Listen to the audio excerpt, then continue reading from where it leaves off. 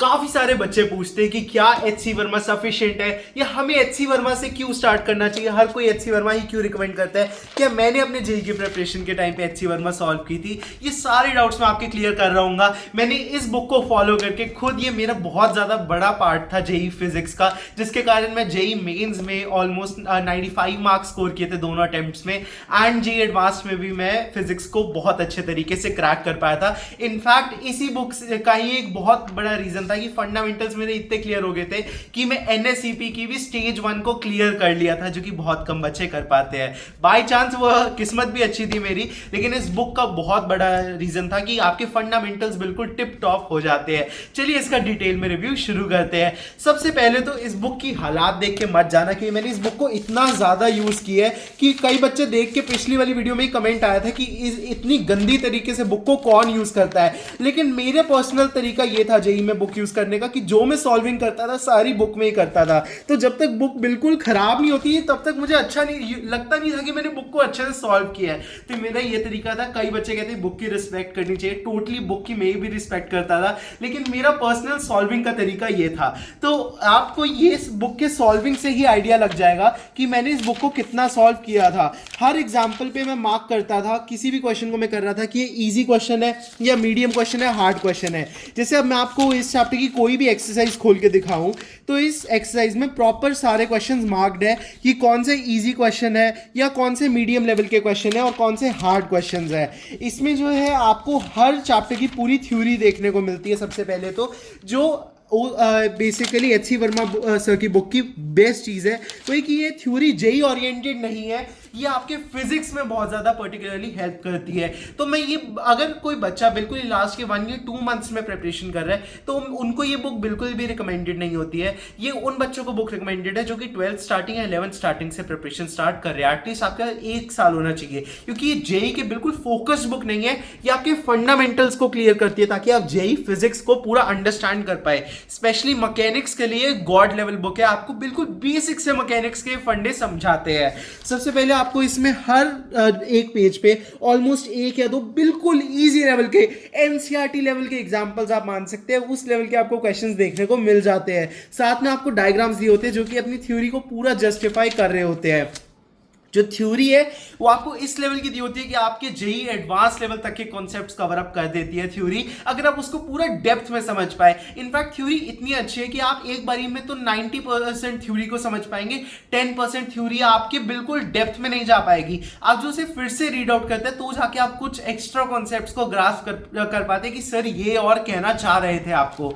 बाकी जो है इसमें आपको इसी तरीके से सारे टेबल्स वगैरह भी दिए होते हैं, एंड हर चैप्टर में अप्रॉक्सीमेटली आपको 10-15 एग्जाम्पल्स देखने को मिलते हैं। देन आती है इसके worked out examples. One of my favourite thing in HC Verma book was the worked out examples, क्योंकि ये आपको ऑलमोस्ट जेई मेंस और जेई एडवांस जो आपके बाकी सारे टेक्स्ट बुक के बेस्ट एग्जाम्पल्स होते हैं वही आपके इस बुक से लिए हुए ये वर्कड आउट एग्जाम्पल्स होते हैं। इसमें आपको कई सारे क्वेश्चंस के एक मेथड नहीं, ऑल्टरनेटिवली दूसरा मेथड दिया होता है that is equally good for solving the same question. तो आपके दो अप्रोचेस होती है कि आप एक बेसिक लेवल के क्वेश्चन को भी कैसे कैसे 2 तरीकों से सॉल्व कर सकते हैं, which are totally different and both are very good. तो इसी तरीके से आपको सिमिलर तरीके से फिर देखने को मिलते हैं क्वेश्चंस फॉर शॉर्ट आंसर, जो कि काफी सारे बच्चे इस एक्सरसाइज को छोड़ देते हैं।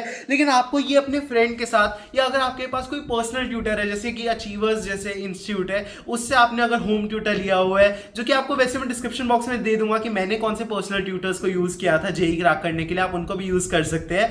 बाकी जो है इसी तरीके से आप किसी भी कोई भी आपके पास पर्सन है जो कि फिजिक्स का इस लेवल पे तैयारी कर रहे हैं, तो ये आपको उनके साथ डिस्कस करने के लिए होते हैं, क्योंकि ये जो है आपका इनका कोई फिक्स्ड आंसर नहीं होता है इन क्वेश्चंस का। These are generic physics questions जो आपका दिमाग खोलने में हेल्प करते हैं। तो ये जो आपको किसी भी टीचर के साथ या फेलो स्टूडेंट के साथ जो कि पढ़ने में काफी अच्छा हो, उनके साथ जस्ट डिस्कस करने हैं ताकि आपका इसमें इंटरेस्ट भी बनेगा एंड आपको सही में काफी सारी चीजें सीखने को भी मिलती है। Then is the objective 1 exercise, जो कि आपका मान सकते हैं आप जेई मेन से आसान लेवल के आपको क्वेश्चंस दिए होते हैं just for clearing the fundamentals.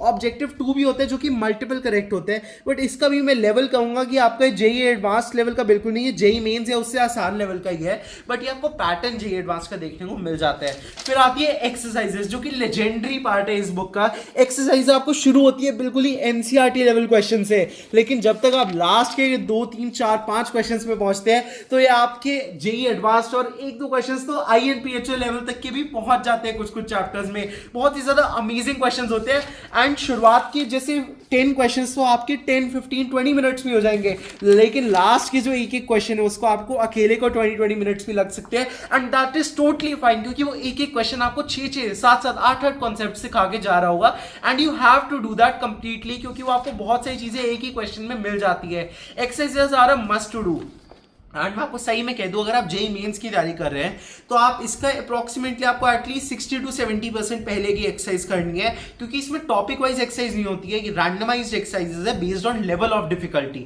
तो पहले 60-70% एक्सरसाइज अगर आप कर देते हैं तो उससे आपके जेई मेंस लेवल की तैयारी हो जाती है। पहले आपको इस बुक को पढ़ना है, अगर आप सिर्फ जेई मेंस की तैयारी कर रहे हैं तो आपको इस बुक को पढ़ना है। You have to do the worked out examples, objective 1, objective 2 and 50 to 60% of exercises. अगर आप जेई एडवांस्ड की तैयारी कर रहे हैं तो आपके लिए जो क्वेश्चंस फॉर शॉर्ट आंसर थे, जो माइंड बॉगलिंग होते हैं, वो करने बहुत ज्यादा जरूरी होते हैं, क्योंकि वो आपका कंप्लीट दिमाग को खोल रहे होंगे and you have to do complete exercises till the last very question, क्योंकि लास्ट वाले क्वेश्चन ही तो आपको जेई एडवांस लेवल के असली बेसिकली मजे दिला रहे होंगे। बाकी इस बुक का लिंक जो मैंने आपको डिस्क्रिप्शन बॉक्स में दे दिए।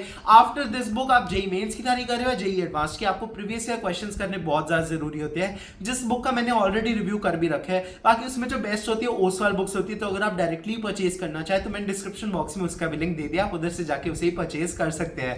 बाकी हमारा ये चैनल जो है वो कंप्लीटली जेई ओरिएंटेड ही है एंड मैंने बहुत सारे स्ट्रैटेजी वीडियोस भी बना रखे हैं, कैसे मैंने खुद IIT क्रैक किया था। और मैं शुरुआत में पढ़ाई में बहुत अच्छा नहीं था, जब मैंने जेई की तैयारी शुरू की थी I was one of the last परसेंटाइलर्स in my coaching का जो बैच होता था मेरा, उसमें से मैंने कवर अप करके कैसे one of the top percentile crack किया, इसका मैंने बहुत सारी स्ट्रैटेजी बनाई है। आप हमारे चैनल पर जाके उन्हें चेकआउट कर सकते हैं। ऐसे और बॉक्स है बुक रिव्यूज आपको हमारे चैनल पे मिल जाएंगे, तो चैनल को सब्सक्राइब करना मत भूलना। इस बुक का लिंक मैंने डिस्क्रिप्शन बॉक्स में दे दिया। हम और ऐसे बुक रिव्यूज लाते रहते हैं, आप हमें कमेंट सेक्शन में बताइएगा आपको और कौन कौन से बुक्स के रिव्यू चाहिए। हम मिलेंगे ऐसे वीडियो में, तब तक के लिए बाय।